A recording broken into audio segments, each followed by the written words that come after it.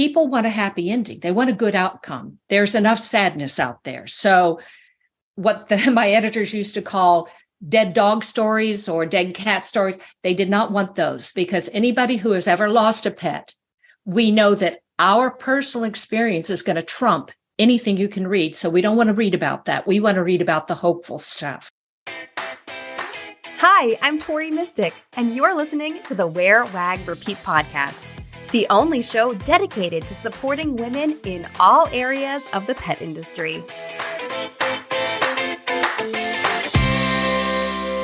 Welcome to episode 299. Whether you've been listening from day one or you're new to the Wear, Wag, Repeat podcast, I want to thank you for listening, especially during this busy time of year. In this episode, I have the pleasure of getting to know author and certified animal behavior consultant, Amy Shojai. We get started with Amy's story of how she got started in the pet industry while working at a small vet clinic in Eastern Kentucky. At the clinic, she witnessed firsthand the wide variety of treatments and pets and the need to convey important information to pet parents in a way that they could easily understand. That experience got her started writing for publications like Cat Fancy and Dog Fancy. She developed a signature writing style for her articles that started with a story about a pet, transitioned into the featured medical information, and then wrapped up with an update on how the pet is doing after treatment. That structure of leading with a strong hook, followed by education, got people's interest, especially when there was a happy ending to share. Amy and I also talk about why we love to read fiction written by actual dog experts. Amy admits that she has thrown books across the room when the author clearly doesn't know a thing about dogs and writes unrealistic or even dangerous stories about them. Same girl, same. If you dream of writing, or if you just want to promote your pet business through really great stories and you need help knowing how to tell them, you will enjoy this interview. You might hear Amy's cat and dog playing in the background at parts. When I talked to her over Zoom, I was watching her cat try to open the door to her office. Certainly never a dull moment when you have pets, right? And like I mentioned, this is episode 299. That means that next week I will share episode 300. I will take a look at where we've been and where we're headed. That will be the final episode for this year. I need a little winter break to recharge for all the exciting updates that I have in store for the petpreneur world in 2024. So please make sure that you keep in touch with me, that you're following me on social media, and most importantly, that you're subscribed to this podcast and to my email list. My email list is the very best way to keep in touch with me, and you can join by going to wearwagrepeat.com/podcast. Okay, now on to the interview, the last interview of 2023. I hope you enjoy it. Amy Shojai is a certified animal behavior consultant for cats and dogs, an award-winning author of over 35 pet care titles and pet-centric thrillers with bite. She channels her inner pet to provide actionable infotainment on her Bling Bitches and Blood blog to empower pet lovers. She lives in North Texas with Shadow Pup, Karma Cat, and the enduring memory of many other furry muses. Oh, and she also loves bling. Hi, Amy. Hi, how are you doing?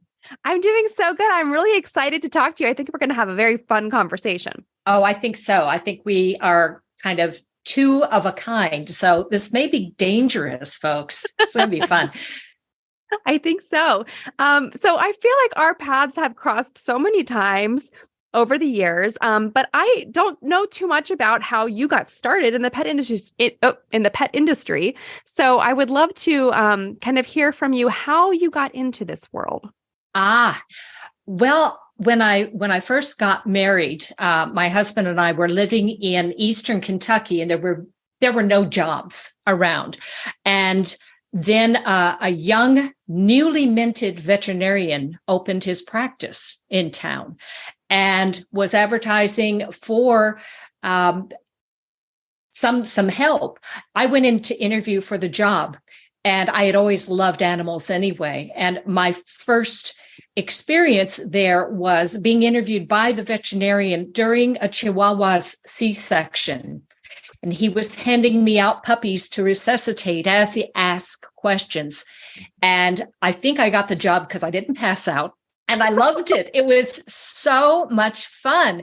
And he was so excited about veterinary medicine and wanted to share all this information. So I got to help and assist in all kinds of different procedures. We had a little hit by car Cocker Spaniel that came in that collapsed in the waiting room, and we had to do open heart massage on him, saved his life. We had snake bit pets. We had dogs that he did orthopedic surgery on. I got to assist and be, right next to him and watching and handing him instruments during all of this.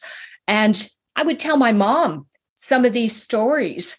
In another clinic I worked with, a dog escaped, got out of the clinic, chewed through the accordion folds on the insert on the air conditioning unit, got out the window onto the roof, jumped down and took off. And the Pizza Inn across the way called us to say, "You've got a dog on your roof." And we thought, yeah, right. And this was it. And so I tell my mom these stories, and she said, "Amy, you've got to write these down."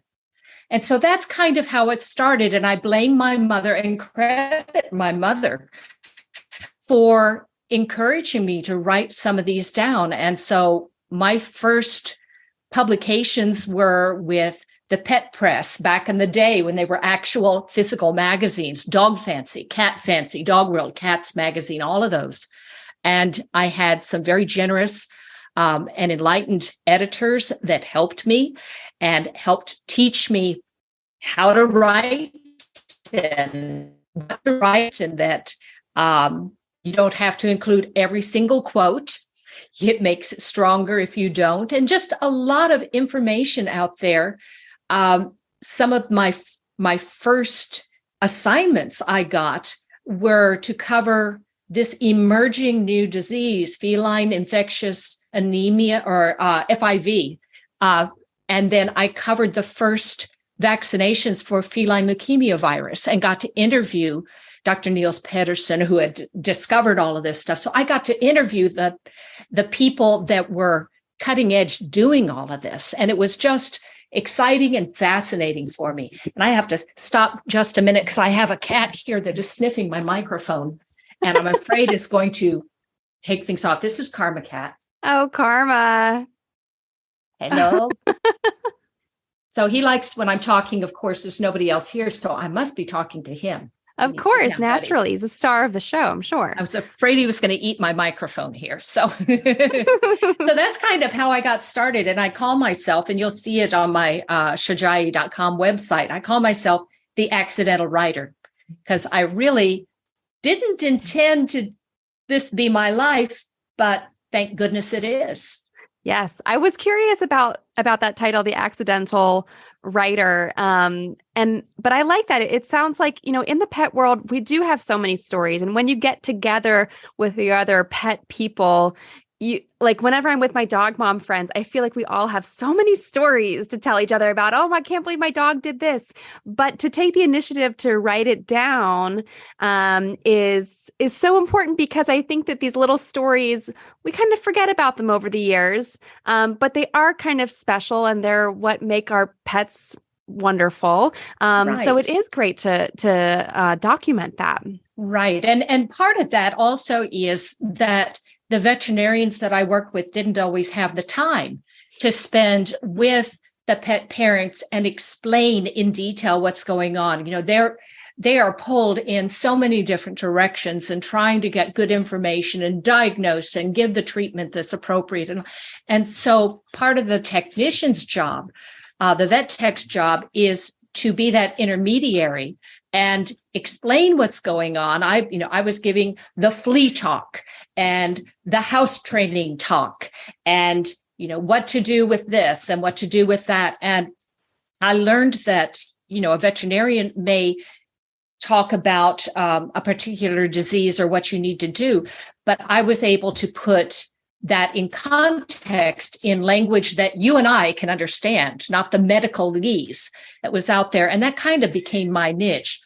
So yeah, it started out as giving, just kind of the routine basic information. And then when I got into it and interviewing these experts and learning about, the new flea medicine and the new way to diagnose something else. And, I started writing the personal experience stories and would bookend them with personal experience. And then the inside of the article would have the details about it. So I'd start out with, the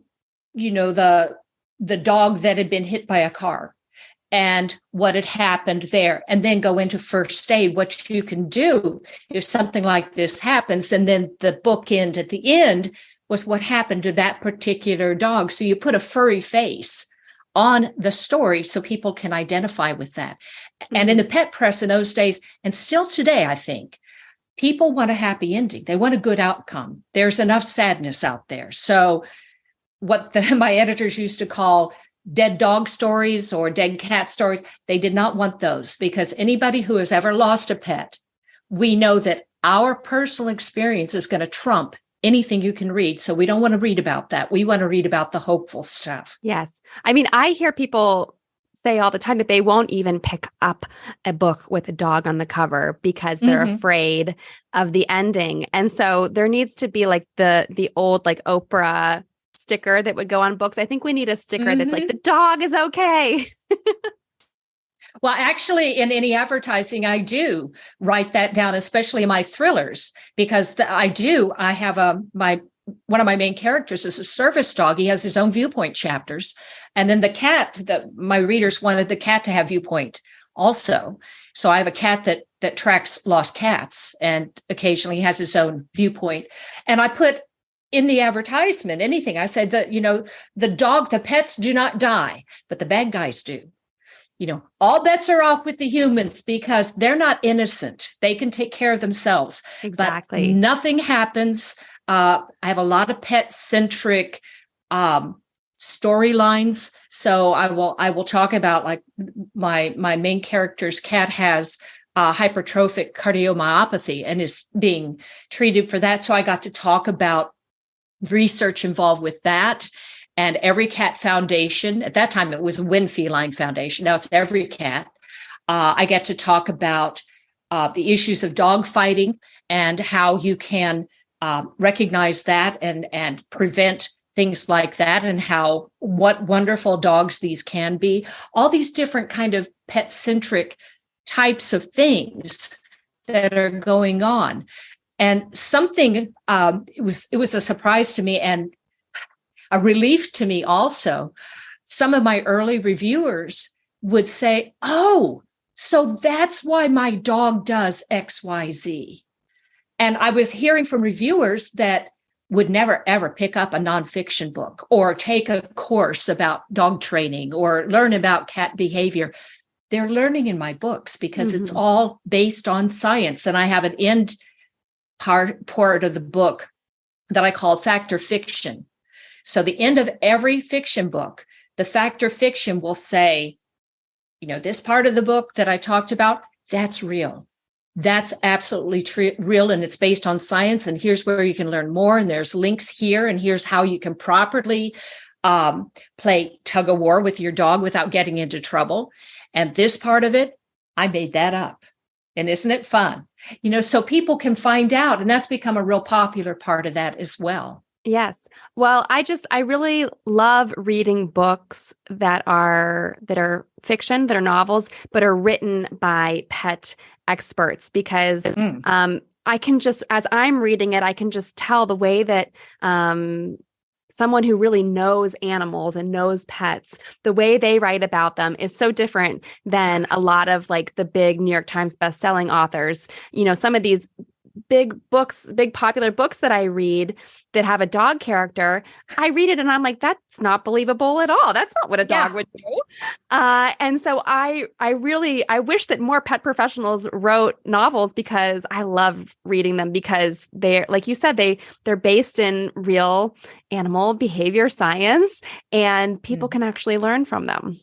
Well, and in fact, I will throw a book across the room if it's not accurate. I read a very well-known author, a thriller writer that I'd loved her books up to that point. She had a service dog in there, and the service dog's handler had decided that, well, the dog was feeling sore muscles, so she gave him Tylenol, and went, no. So if you're going to do it right, do your research. It's just like, I don't put a lot of specifics in about guns and firearms because I don't know them and I'm not an expert. I have a friend who reads for me to check details on that kind of thing.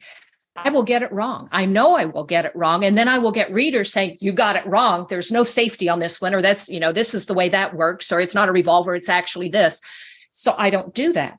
You need to do the same thing if you're including pets. And I've been to Thriller Fest and, writers' conferences all over, where I will hear authors say, yeah, my editor or my agent said, this character needs to be more likable, give him a pet.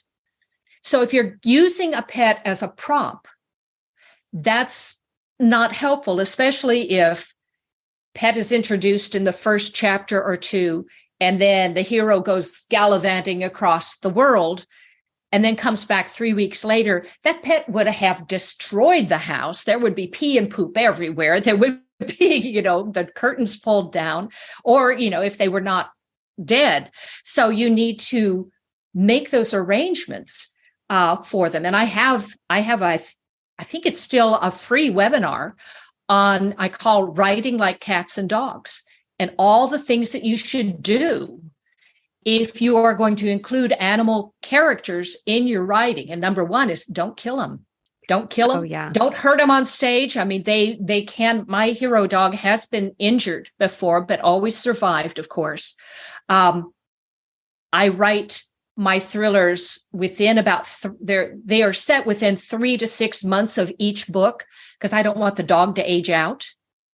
Oh, I hadn't thought about that. You have to think about that too, because I don't want my kid. And then a friend of mine who also writes, she said, dog's never going to die. It's fiction. He's going to live forever. I said, I like that. Okay. that solves that problem. So, things like that. Think about what are hot button issues in the worlds of pets, because if you have pets in it, pet people are going to read it.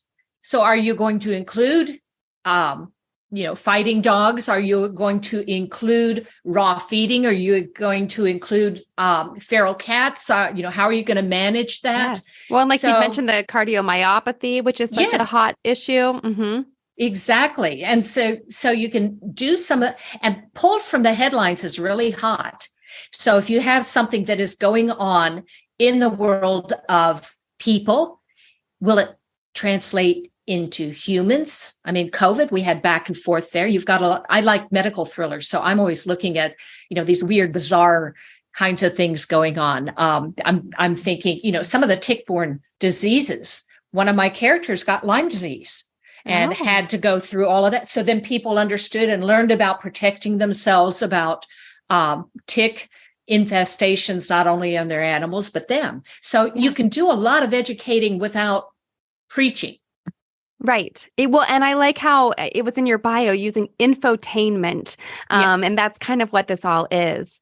So Amy, all of these books that you've written, over 40 books, how do you find the time? What is your, do you have a time management trick that you use to sit down and get all these words out? Because it's hard to, I just feel like it's, I've been a blogger for a long time, and sometimes I have that blank screen and I'm just frozen and I don't know what to say.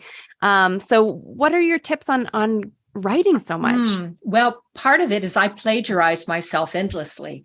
I mean, there are only so many ways you can write about the war on fleas. So you can update things a lot, and a lot of things are seasonable. Others are evergreen, particularly talking about blogging.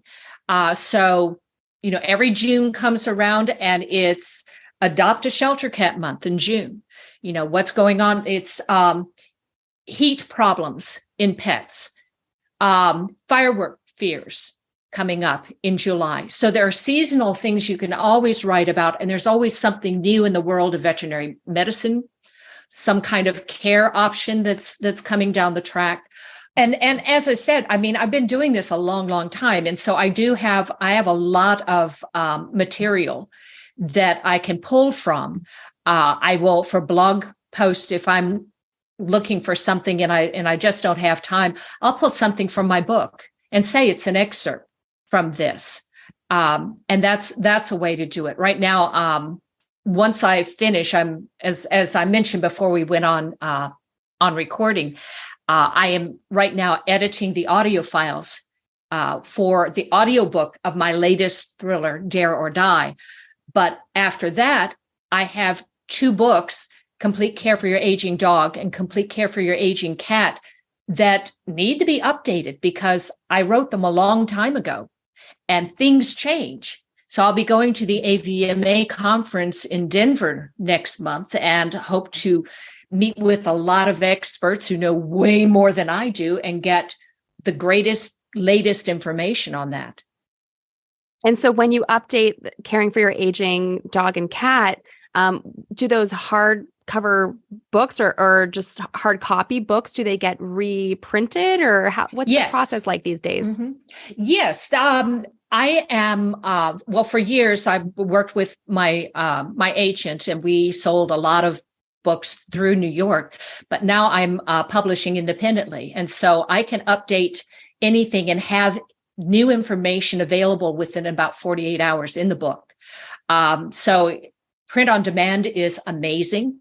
I have pretty much all of my books available, digital copies. So they're on Kindle and Kobo and Nook and all of those versions, plus paperback and then also hardcover.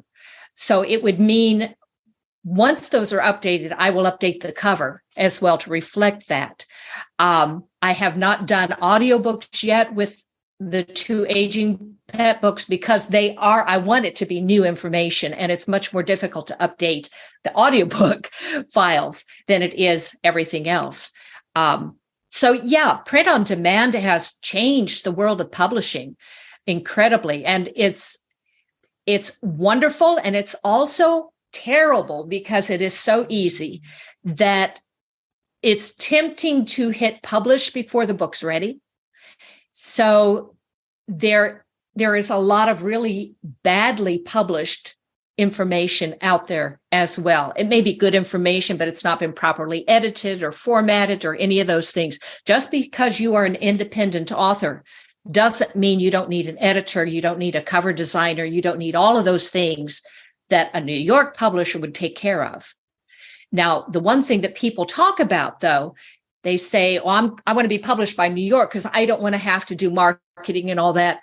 Sorry, you're still going to have to do it. New York does not do marketing and publicity for people, for pet books, basically, unless you have a television show and you're on Oprah. Then they will, because then they're going to get their money's worth and money back. But if you or me or any of dozens of really, really good writers that with great material that have books out there, you're going to have to be publishing and producing and marketing yourself, social media, maybe paying for some advertisement. There's a lot of different ways you can go now. So it's not just organizing your own book tour or something like that. Sure, absolutely. You can do that. The problem there is unless you are a New York published author, bookstores aren't going to want to invite you in. So it's not going to be in a bookstore, but we're really, really fortunate. If we write about cats or dogs, we can go to a dog show, we can go to a cat show. And I got to tell you, that's your audience. I have had the best sales at cat shows and dog shows than anywhere else, or go to, Hallmark card shop, go outside the box, go to an outdoor fair where you can. Well, there's so many dog-centric events now, all the time, everywhere, in dog-friendly coffee shops and breweries, and all would be great venues for something to promote a dog book. Well, and they've also just loosened the requirements on restaurants. It's still up to the restaurant, but now you can take your dog to the outdoor portion of a restaurant right in time for summer. And that would be great to partner, with a local restaurant. There was a place where friends of mine, we used to go every summer to Colorado for a writer's retreat. And our favorite place to hang out was the dog bar. Yes. And it was called the Dog Bar. Yes. And you could sit outside, and all of the neighborhood dogs would come through and cage French fries. And I mean, it was wonderful. So you could set up a signing there, or even just a free lecture, because even if people don't want to buy right then, have cards ready, give free information. It's all about showing up. They might want to download and listen to the audiobook version. Absolutely. So Amy, I feel like I need to pick your brain before we wrap up our interview. Okay, imagine this. I'm going to set the scene like I am an author here. So, imagine that someone like me has an idea for a novel. And not a nonfiction book that's about dog training or anything, but like a novel. What would be the steps that you would recommend someone take to take that from an idea to an actual published book?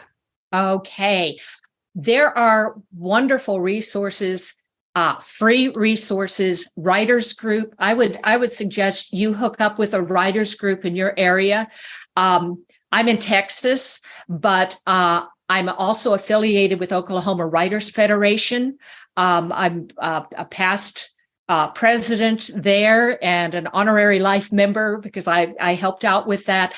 Writers Conference is one of the best places where you can get help, lectures on how to do it, how to, there are a couple different ways that you can plan your book. Some people call themselves pantsters because they write by the seat of their pants, and others are plotters because they sit down and they plot it from beginning to end. And basically, when you are writing a novel, something that is, fiction, they say to have your hero have a story problem that they must solve, and all of these different things get in the way of solving the problem. So you put your hero up a tree with a bear down below trying to get him, and then you're sawing off the limb. And you don't give him any respite until the very end of the book. And then everybody goes, finally, I knew it'd turn out right, but oh my goodness, what a ride. So find a writers conference, and you can Google that. Just look for writers conferences, writers groups. There are critique groups that can help you as you write along the way, and they can give you some really good tips on that. And there's nothing better than having published writers give you some good feedback. And it's not always what you want to hear, but it's really important. And know when to say, well, no, that doesn't make sense to me. Because for years and years, I wanted to write a book, a thriller that had a dog viewpoint characters in it. And I was told time and again by editors and by agents, that's a child's book. That's for kids. That doesn't work for.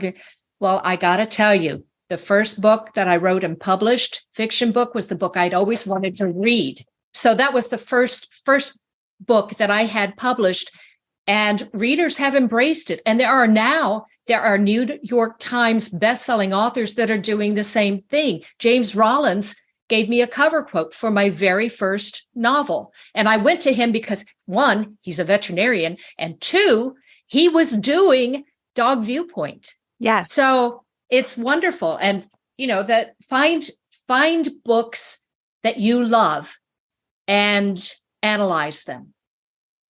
I love Dean Koontz too. And so I had his book, Watchers. A lot of dog people probably are familiar with Watchers. I have read that book probably 30 times. And I went through and I analyzed it. And I said, okay, by page such and such, the bad guy shows up. By this page, this happens. So you analyze it and see, well, how do the masters do this? Can I do kind of this? figure out the formula? Yeah. And every book's different. Every book's different, but still, I mean, Mr. Koontz seems to often introduce the bad guy as kind of a guy standing off by the side that nobody's paying attention to. So I took that to heart. Yeah. I also took to heart that a lot of people will have these little Easter eggs set up, early in the story. And sometimes when you're writing, you don't know why you write that. And then at the end of the book, you say, oh, that's why I put that there. So like the beginning of one of my thrillers. So I had and this was from personal experience. I had a dog that used to like to chew sticks, and he chomped it and it held his jaws open. And so to get that out, you couldn't pull it out. We used, my main character had gardening clippers and snipped it to get rid of that. And then she just stuck them in her pocket. And so the end of the book, she had those gardening shears in her pocket when she needed them to defend herself against the bad guy. And I was going, that's why she has them there. And it's so sometimes your subconscious puts things in and you don't know just go with it. Just go with it, because you never know how that's going to work out. And I like to always kind of set up those little Easter eggs in the very beginning, something to do with like I'm experimenting right now with my dog and my cat and the talking buttons, so that they it's a lot of fun. They're pre-recorded buttons so that the dog or the cat can press a button that says outside or treats or play with, whatever. So I put that in the book also. And then at the end of the book, that was part of how the dogs and the cats helped the hero save herself. And so you can do things like that. And people love that. Oh, the other thing that I do that is I just love the talking button idea. That's such a fun way to give the pets a voice. Yes. Without having to do it from their perspective, but you can still give them a voice. Exactly. And it's funny because then cats think very differently than dogs do. So people, if you're listening, Google or go on YouTube and find, Bunny the dog that does the talking. And there is also a cat that does this, but the cat's thought processes are very, very different. I have to look that up, because I know Bunny is very existential. Yeah. and so I'm curious about the cat now. Yeah. And the cat will say, scritches. Now, and the cat will expect you to understand what's going on. Now, no, what do you need now? I know you want it now, but what do you want now? Well, scritches. I mean, you're supposed to read that. Meanwhile, Bunny is like, what is the meaning of life? I know. Bunny tells you about her nightmares. It's like crazy. So the other thing I do with my thrillers that my readers have absolutely loved this, embraced this.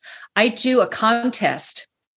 Name that dog or name that cat hero contest for each of my books. So they nominate their pets to be a hero in the book. And so I'll usually add one cat and one dog. This past time I had so many really good ones that I ended up doing the runners up too. So I had 4 of my readers' pets in the most recent book, and they were hero pets that helped save the day, helped the dog character or helped the heroine overcome whatever was going on. So I had an Airedale Terrier, I had a Kelpie, I had a cat from Canada, won one of them, and because this cat knew how to open doors, and another cat that would think he liked to get up on the telescope. And so, he liked tall places and all that. So it was just so much fun. And then I get the readers involved too, and they have bragging rights. They have their pet in there. They have their name and the real information about, like, the Kelpie was rescued from a hoarding situation. And so I have a scene in there, and his viewpoint. Well, I remember the before times when I was always scared and nobody would cuddle me, that kind of thing. Aww. So it's great fun to do that. And then they share the love too and say, hey, my dog's in this book. And, it's so much and it probably fun. gives you ideas. Sometimes it's hard to think because everyone's pet is so unique. So if you get people writing in with their own pet's unique attributes, it's like lots of inspiration.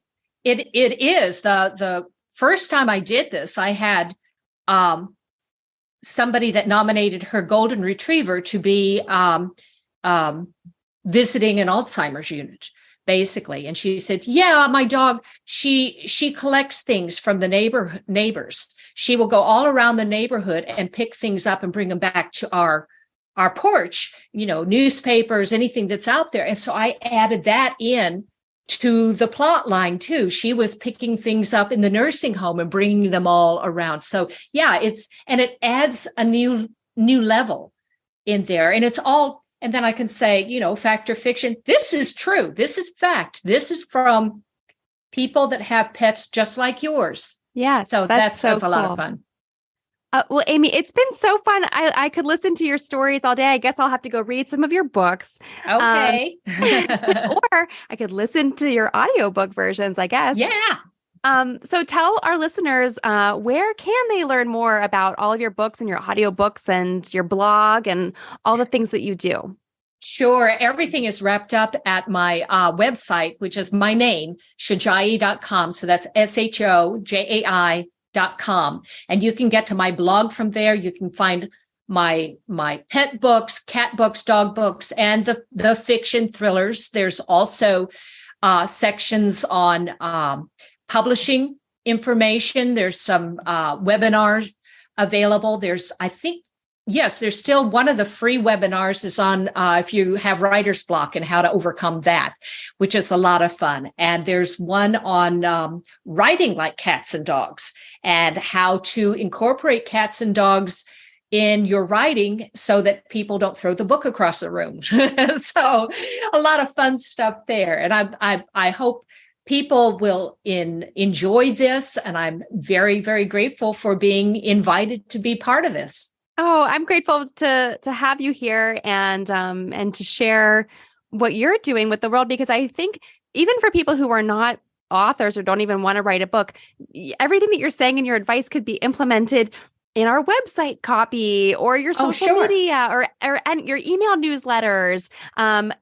You should be starting your emails with a story and then include the medical facts and then end with the wrap up of the story. I mean, that's a great formula for an email newsletter as well. So I think that everything that you've shared is just really helpful for everyone.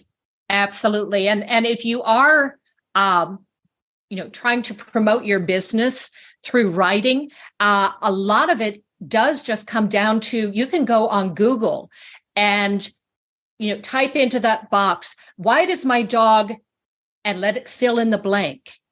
You can get a lot of prompts there. A lot of people are looking for information. One of my top ones right now is on how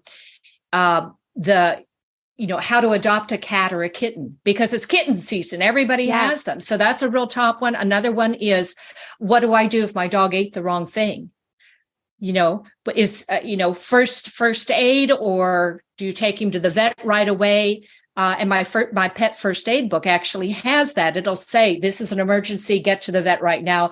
This one you can treat at home. This one you can take a little time and see what happens. So you can do some of those things for your readers, and it can be very, very quick. Just a Q&A. It doesn't have to be a huge, long, in fact, shorter is better when it comes to some of this stuff. Yes, because especially if it's first aid, people want the answer right away. They can't right there. read an entire book to get the answer for their current situation, Exactly. Okay, well, Amy, thank you again. I really appreciate you, and it's been such a joy to talk to you. And thanks for being on the show. Well, thank you very much. I appreciate it. You have a good rest of the day. Some of the best conversations happen after the episode. Send me a note on Instagram at WearWagRepeat, or find even more women petpreneurs to connect with in our private Facebook group called Wear, Wag, Repeat Labs. If you want to dig into more episodes, resources to grow your business, or find a link to something we discussed, it is all right there for you at wearwagrepeat.com. I'll see you back here next Wednesday for a fresh conversation.